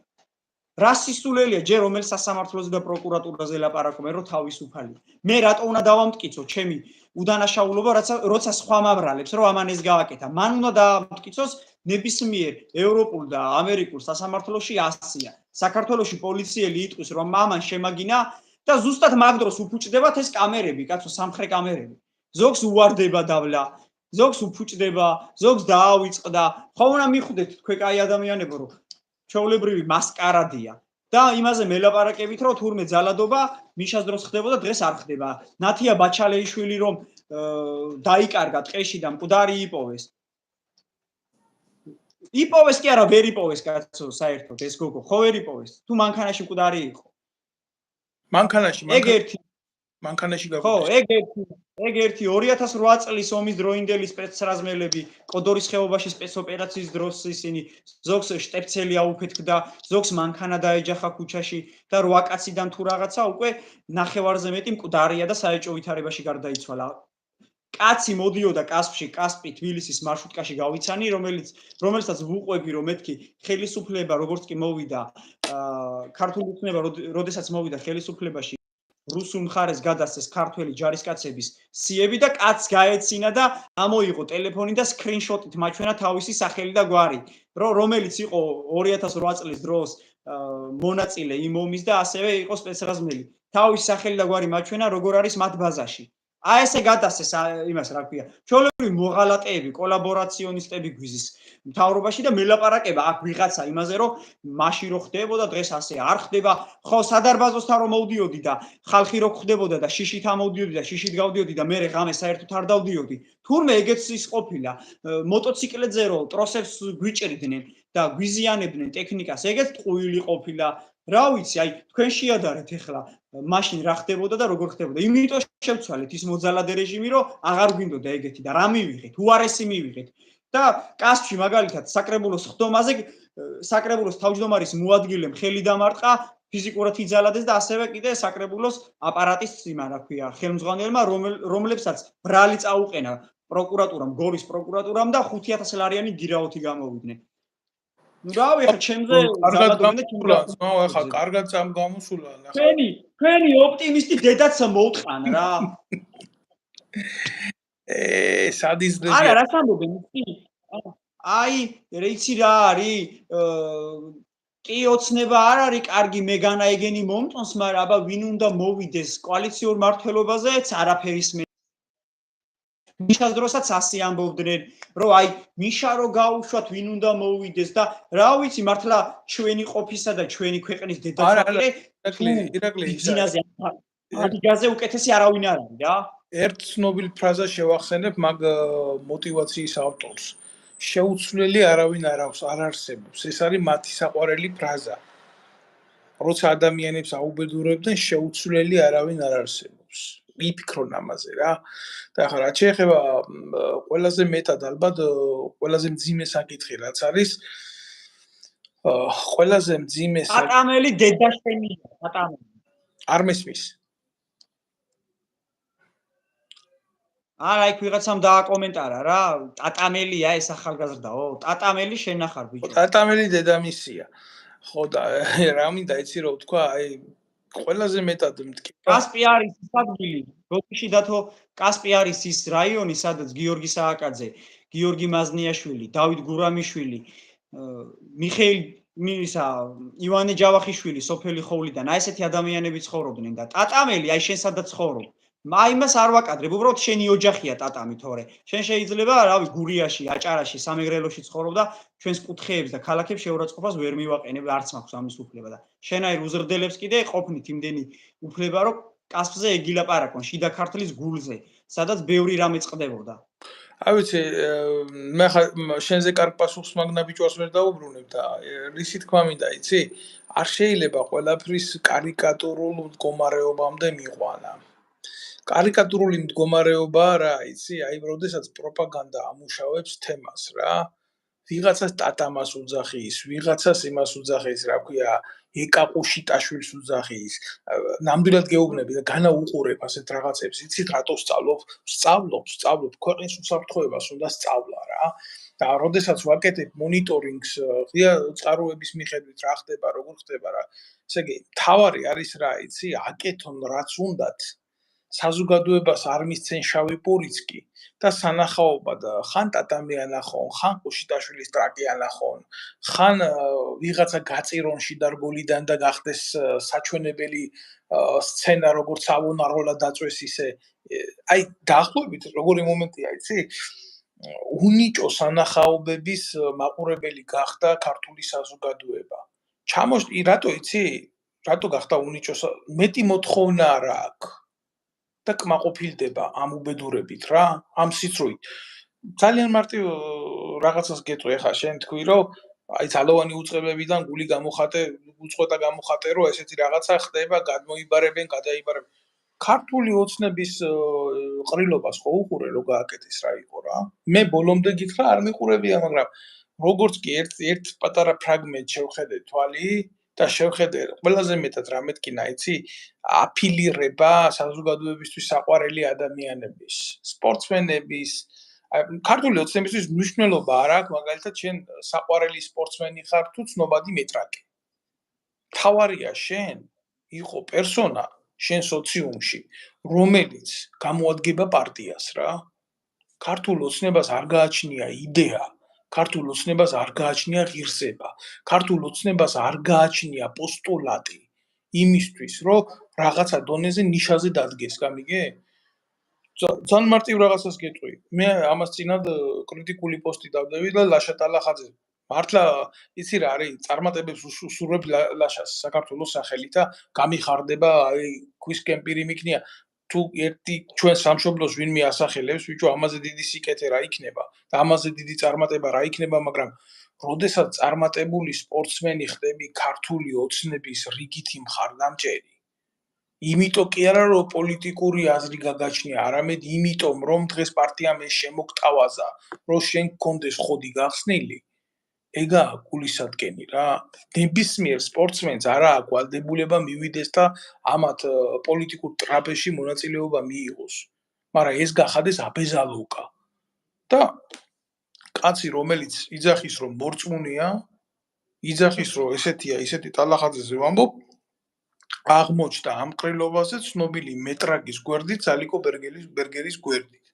და ბუნებრივია, ბიჭო, დაისმება ეს შეკითხვები, მაგის დედავატირე რა, სადღობ. რატო მორწმუნე ადამიანები კიდე კაზინოებს არ უკეთებენ რეკლამას რა და გადახედონ თავიანთ რეკლამას. აი, გულახდილად გეტყვი, ირაკლი, მე დეტალურად შემიძლია მაგ თემაზე მე არაერთხელ ვისაუბრე და ამას იმიტომ კი არ ვლაპარაკობ დღეს რომ ლაშა ტალახაძეს მივაყენო ჩრდილი. არა, ამას იმიტომ ვლაპარაკობ, რომ როგორ შეიძლება ერისთვის ძვირფასი ადამიანები ასე გააუფერულო რა. დატოვე ის ლაშა ტალახაძე ბიჭო იქ სადაც არის. დატოვე რას მოგიტან შენ ლაშა ტალახაძის მიკერება პოლიტიკურ იმაში რგოლში. აი კაცურად მითხა ხო არაფერს არ მიცემდა ქართულ ოცნებას ახლა იმას რომ რა ლაშა ტალახაძე არ მისულიყო მაგათ პოლიტიკურ არ დაევალდებულებიათ. მაგას რო კითხო შეიძლება თავისინებით მივიდა იქ, მაგრამ ჩვენ ხო ვიცით როგორ ხდება ეს მიუნხენის მეთოდით ხალხის დავერბოკება და აფილირება მერე საკუთარ პოლიტიკურ ტანში. არა, ქართულმა ოცნებამ ამას ხელი მოაწერა.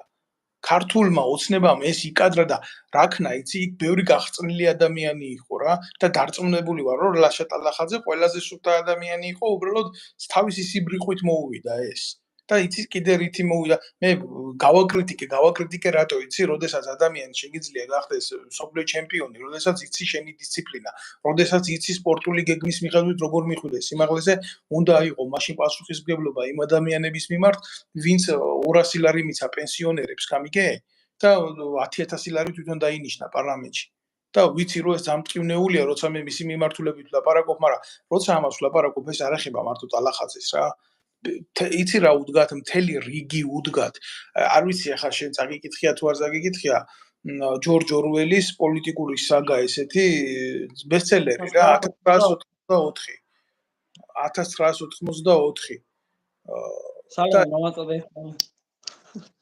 გესმის მესმის. აი იქ არის აღწერილი, ხო, აი შენ ყოჩა მაგაგაკ რა. ჩემი სამაგიდო ციგნი იყო, სანამ საქართველოს დავტოვებდი. ვისაც არ წაუკითხია, მინდა ვთხოვო, რომ წაიკითხოს, იმიტომ რომ დაინახავს თავის რეალურ მდგომარეობას მაგ ყველაფერში რა. ესა უმძიმესი ნაწარმოები ჩვენი ყოფის და ჩვენი რეალობის, სადაც ყველას უშვებს და შპიონობს და მამაძაღლობს და გაიგე ისო შენო მეგრულ ენას რო დასინიო და ირაკლი ბეკუას ერთი პასუხი გაგვეციო.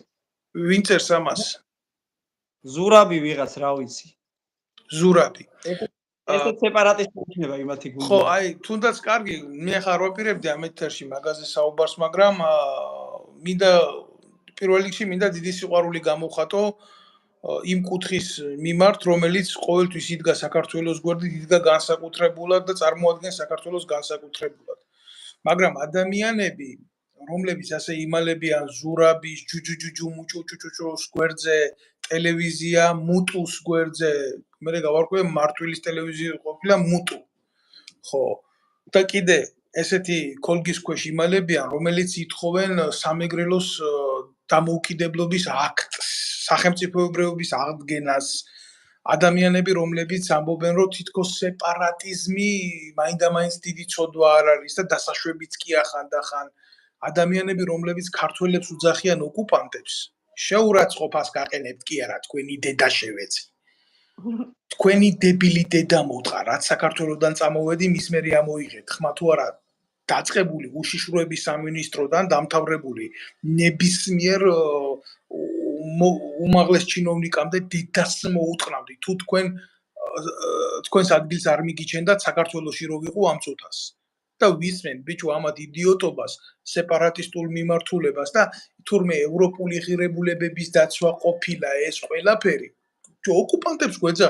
ოკუპანტებს გვიძახის საქართველოში ქართველებს გვიძახის ოკუპანტებს ვიღაცა გამოყლევებული და შეურაცხყოფას ვაყენებ კი არა არ მინდოდა ენაწამებიცა თქვენი დედა თქვენ მეგრელები არ ახართ არავინ არ მიაყენოს მეგრელებს შეურაცხყოფა რომ თქვენ მეგრელები დაგიძახოთ თქვენ ახართ სამეგრელოში დამალული ნაბოზრები, რომლებიც აკეთებთ რუსული დაზვერვის გეგმას. აბსოლუტურად არძიმბას თამომავლები არიან რა. ეს ვინ არის ეს კიდე გამოყლევებული ვიღაცა ირაკლი ბუკი ამის დებილი დედა შევეცი. ახლა თუ მიყურებს დაჭრას ეს ვიდეო და შეტანოს დედამის უკანალში. ჯერ ვინ აძლევს ბიჭო ამას დაფინანსებას იმის გულისთვის ტელევიზიები აკეთოს მეგრული ენი ტელევიზიები.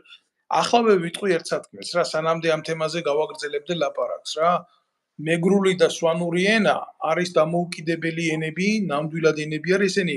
ოდითგანვე იყო წინა ქართველური ენები და მე ახლა ფონეტიკურ სიღრმეებში არ შევალ და ლინგვისტურ სიღრმეებში არ შევალ, რა უნდა უპასუხო ბიჭო ამგენს იმაზე უკეთესად ლევან ღვინჯილიამ რო უპასუხა ენათ მეცნიერმა და მე იმას დაარქვეს ნამეგრელარი ქართველი და ახლა უშიშროების სამსახური დუმს აგერ ბატიაშვილმა გააკეთა განცხადება ესა უშიშროების მინისტრის მოადგილეა პირველი მოადგილეა რომ ისაო ჩვენო ვიცითო ქვეყანაშიო ვინ არიანო აგენტებიო მაგრამ სახელმწიფო უშიშროების სამსახურის მთავარ ამოცანას და საბრძოლო ალგორითმასო არ წარმოადგენს ქვეყანაში აგენტების დაკავებაო ჩვენო კონცერტებს არ ვდგამთ მე ამის დებილი დედა შევეცი საქართველოში რო ვიყავი ბიჭო შევისწავლი ამ ბატიაშვილის საქმე და ცოლი უამრავი კარტის მფლობელი და თანხები რაღაცა კოლოსალური ზედ სავაჭრო ფართები უცხოური მანქანები და ეხლა რა უნდა გული უნდა დამწყდეს მე ამ სეპარატისტ მოღალატეთა ჯგუფზე მე ამაზე კი არ უნდა დამწყდეს გული მე ამ ბატიაშვილზე უნდა დამწყდეს გული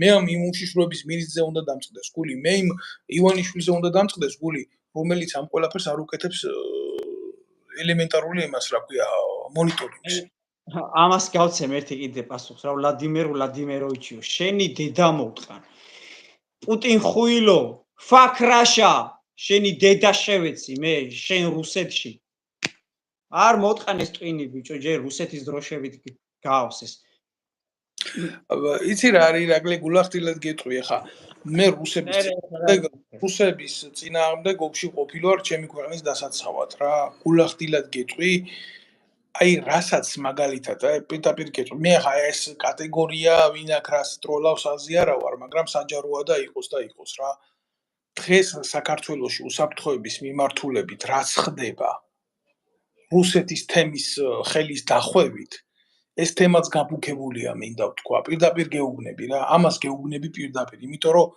ჩვენი ქვეყნის გეოპოლიტიკურ მდგომარეობაში ასეთი თამაში უსაფრთხოებაზე არ შეიძლება ძმაო მაგრამ ამის მონიტორინგი იცი ვინ უნდა გააკეთოს ამის მონიტორინგი უნდა გააკეთოს ისეთმა ადამიანებმა ვინც არიან პროფესიონალები გაყრილია სახელმწიფო უსაფრთხოებიდან ძმაო ყველა პროფესიონალი ახლა მაგერ ფაქრაშაო კი არა რო უძახი აგერ გეუბნება რა ვიღაცა ბუკია და გეუბნება ვიღაცა ღვინჯილია რო ისაო რა ქვია დედამოწყრული შენო მეო მინდაო სამეგრელოს ის მინდაო რა ქვია სახელმწიფოებრიობის აღდგენა მინდაო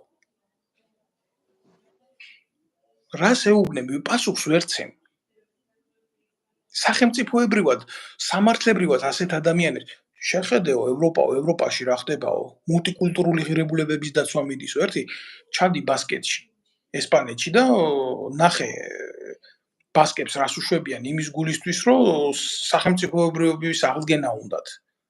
ცენტრალური ხელისუფლება, აპატიე, ცენტრალური ხელისუფლება უგზავნის სპეცნაზს და თავზე ამხობენ ყველაფერს იქ. ეს არის რეალობა, ჩემო ძმაო. ეს არის ევროპა. მით უმეტეს შენ ალბათ კარგად იცი, რომ ესპანეთი არის ძალიან ლიბერალური ქვეყანა. ძალიან ლიბერალური ქვეყანაა, რომელსაც მართლა დაცულია ადამიანის უფლებები და ყველანაირი მიმართულება, მაგრამ როდესაც ესპანეთი უყურებს თავის სახელმწიფოებრივი გრევის საფრთხეს, ცენტრალური ხელისუფლება აგზავნის სპეციალურ დანაყოფს და დედას უტყნავენ ყველას. ბიჭო, მე რა მიკვირს იცი? ბავშვებმა მეგრული არ იციანო, კაცო და სკოლაში ასწავლეთო. თქვენ ოჯახებში იზრდებიან თქვენი შვილები და მეგრული სწავლას რაღა უნდა, რავი. საზღვარგარეთ რო ვიყო ეხლა მე სიტყვაზე, შენი შვილი ერთი ხომან დაიბადა საფრანგეთში. და ქართული ენის სწავლა იმას მოსთხოვე, მაკროს მოსთხოვე თუ ლეპენს მოსთხოვე. და მაგათმაც დაგინიშნეს მასწავლებელი და ქართული ენა რა ვიცი.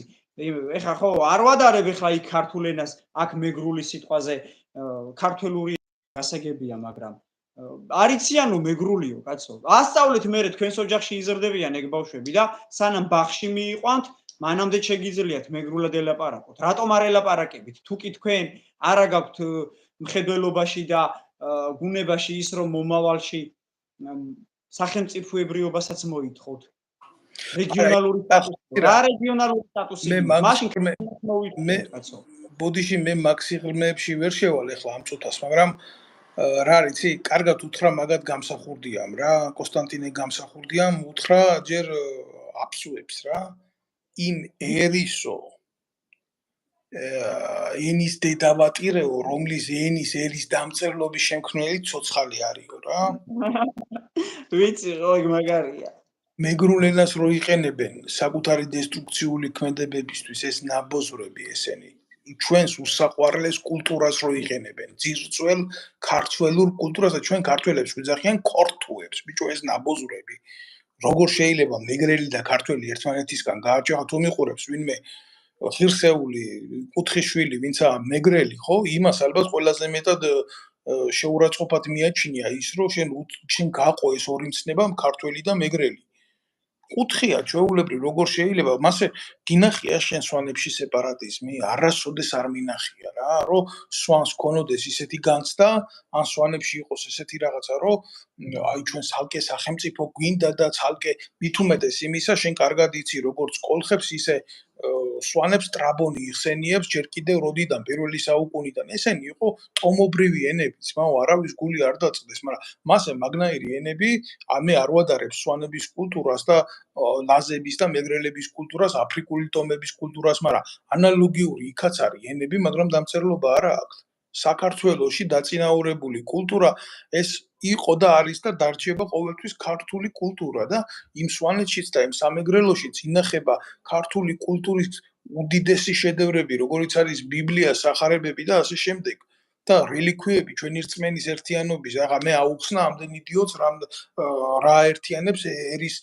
სიმბოლიკებს რა ხასიათი აქვს ერს რა გეოფიზიოლოგიური მოცემულობა მე ამათთან დიალოგში რო შევიდე დედას გეფიცები ეს იქნება მათთვის ძალიან სერიოზული პრივილეგია მე ამ იდიოტებს დუელის ღირსად არ ვცნობ ცნობისთვის რო იცოდი მე უბრალოდ გული მტკივა რომ უყურებ უცხო ქვეყნის საგარეო დაზვერვის დესტრუქციას ჩემს ქვეყანაში და მწუხარ რომ ამაზე არ არის რეაგირება რა უყვა დაუჯდი აქედან და შენ მეგრელებს შეურა მეგრელებს არა შენი დედა შევეცი ეგენი არ არიან მეგრელები ეგენი არც ქართველები არ არიან სამეგრელოში მცხოვრები ქვეყნის მტრები არიან რომლებიც ქართველებს გვიძახიან ოკუპანტებს და გამოვიდეს ერთის პროჭიაშვილი როა ეს ვიღაცა ირაკლი ბუკია და ეგ რო დამდგარა და ამონტაჟებს ამ ვიდეოებს ხან ნახალკასმტენის და ხან ნახალკასმტენის რა ხან ის არ მოწონს ამის ლექსი არ მოწონს ხან იმის ლექსი არ მოწონს ქართული ლიტერატურიდან და ასე შემდეგ ესენი ვინ არიან როგორ შეიძლება ყველაფერი დაიყვანო არა იცი რა არის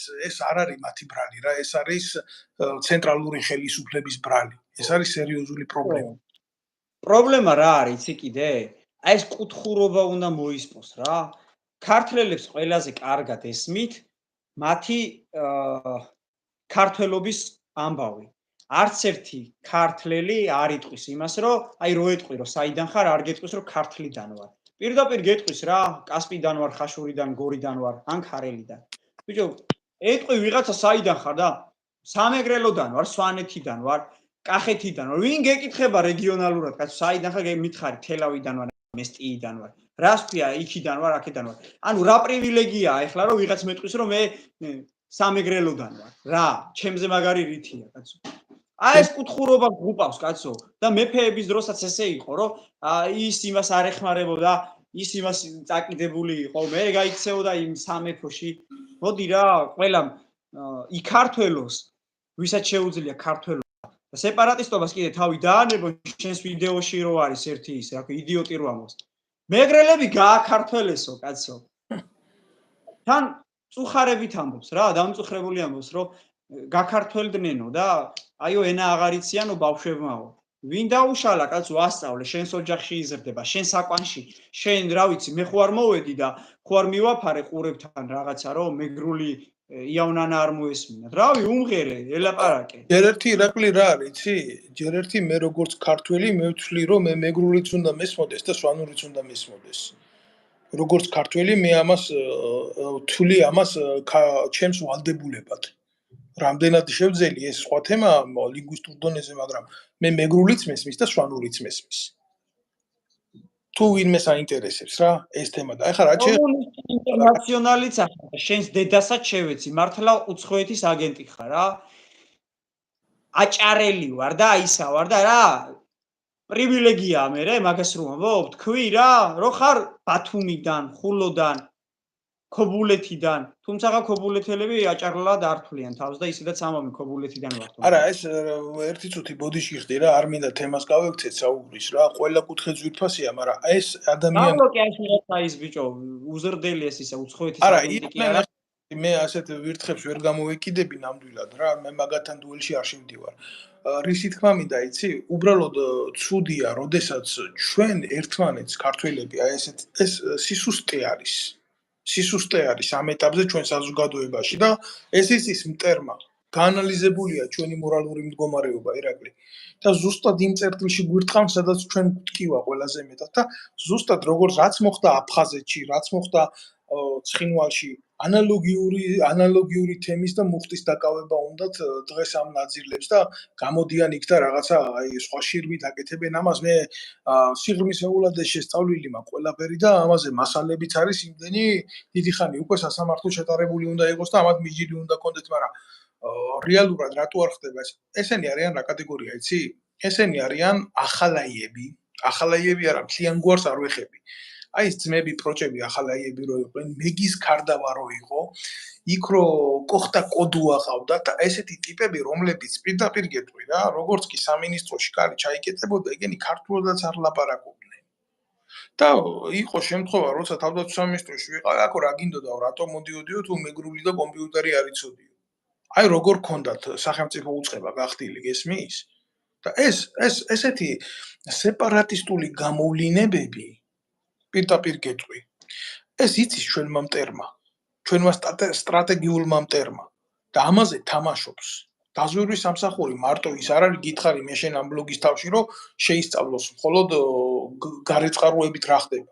არა, ის შეისწავლის გარეწყაროებით, შიდაწყაროებით, აგენტურის მეშვეობით, ასე ეკონომიკური სფეროთი და სხვადასხვა მიმართულებით ფსიქომორალურ სინჯს დაგიდებს და იმის მიხედვით დაგეკმავს სტრატეგიული დაზვერვის დეპარტამენტი შენს წინააღმდეგ, შენი ერის დესტრუქციის წინააღმდეგ რა უნდა გაკეთდეს და შემდეგ გაატარებს აქციას.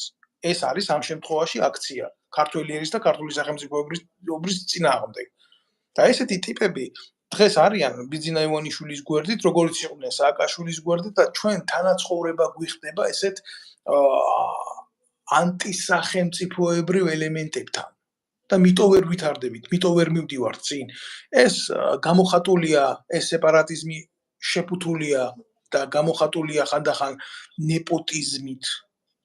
ნეპოტიზმით. სინამდვილეში უფრო სიღრმისეული მოტივებია მაგ დაკავებული.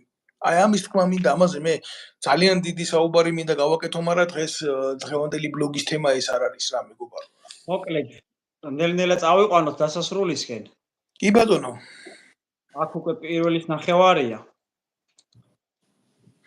კი, თუმცა ვიტყვი რომ მაყურებელი იყო, თავისი აზრი გამოხატეს და რა თქმა უნდა, კარგია ეს რომ გამოხატეს, კიდევ ერთხელ მოუწოდებ ყველას რომ გამოიწეროს ჩვენი არხი, გააზიაროს და მხარში დაგვიდგეს აი ამ ქმედებით თითოეულ სიმართლეს დაუდგეს და თავის თავს დაუდგეს პირველ რიგში გვერდზე და ირაკლი მე შენ მოგცემ სიტყვას ჩემი მეგობარო და შემდეგ მე ვიტყვი და სრულად იმკაცე აი ესე უნდა ფიქრობდეს ნებისმიერი მეგრელიც, სვანიც, იმერელიც, კახელიც და ქართველიც. პირველ რიგში ქართველი ვარ და მე მეგრელიო და აი ეს არის სწორი აზროვნება და არა ის რომ გააქართველეს მეგრელები და ენას რავი იმის რა ქვია მეფეების დროს სულ არ იყო სკოლები, მაგრამ ძალიან კარგად იცოდნენ მეგრული. თქვენ თუ დაკარგეთ თქვენი მეგრელობა და არ გინდა თქვენ შვილებს ელაპარაკოთ მაგენაზე, რასაც ეძახით თქვენ რომ მშობლიური ენაა და არავინ არ გართმევთ მაგას, რავი ხა მე ვერ დაველაპარაკები, არც ვიცი. აი ირაკლი მომისმინე ყველა მიცის რომ ფარნავაზ მეფის სოციალური სტატუსი, როდესაც მას ქუჯი ერისთავი დაუდგა გვერდზე, იმ შემთხვევაში, როდესაც ის საჭიროებდა დახმარებას, ქუჯი ერისთავზე ძლიერი არ იყო. მაგრამ ქუჯი ერისთავი მას რატო დაუდგა გვერდზე, იცი? მას ჰქონდა სახელმწიფოებრივი ჭვრეტა იმისთვის, რომ პრივილეგია უნდა ყოფილიყო ფარნავაზის მხარეს და თვითონ უნდა ყოფილიყო ქვეშემბრძოლი მეფის. და მერე იყო ის, რომ მოგეხსენება შენ, რომ და აღარა იხსენებოდა იგი ენა თვინიერ ქართულის. ხო იცი ეს ფრაზა შენ რა? ასე ახლა მე რა უნდა ველაპარაკო ვიღაცა ღვინჯი იმას ღვინჯილიას რომელიც იძახის რომ ქართველები ოკუპანტები არიან სამეგრელოსი რა უნდა ველაპარაკო ვიღაცა ბუკიას რომელიც ამას უკეთებს დიფუზიას ამ სიმახინჯეს რა უნდა ველაპარაკო ვიღაცა ედენიზორიას რომელიც სეპარატიზმის გამართლებულად მოიხსენიებს რა უნდა ველაპარაკო ჯუმბერიზორიას რომელიც ქართული ასოებით მეგრულ ციტატებს უდგამს ძეგლებს ესენი არიან საქართველოს მოღალატეები რა მტრები არიან ესენი ამიტომ მოდი ამ თემას შევეშვათ მე მინდა რომ შენ ბოლო სიტყვა თქვა და შემდეგ მე ვიტყვი და დავემშვიდობო თავიდან ჩვენ ვისაუბრეთ ქვეყანაში დასაქმების პრობლემა სადაც ქართველებს ანაცვლებენ უცხოელებით და ეს არის მასობრივი ძირითადად ეს არის საკურიერო სფეროში, მშენებლობაზე და ტაქს კომპანიებში და მე ვფიქრობ ერთ რაღაცას, რომ ჩვენ რაც არ უნდა გავაკეთოთ, ჩვენ უბრალოდ ვამხილთ ამ ყველაფერს და საზოგადოებას ვააწვდით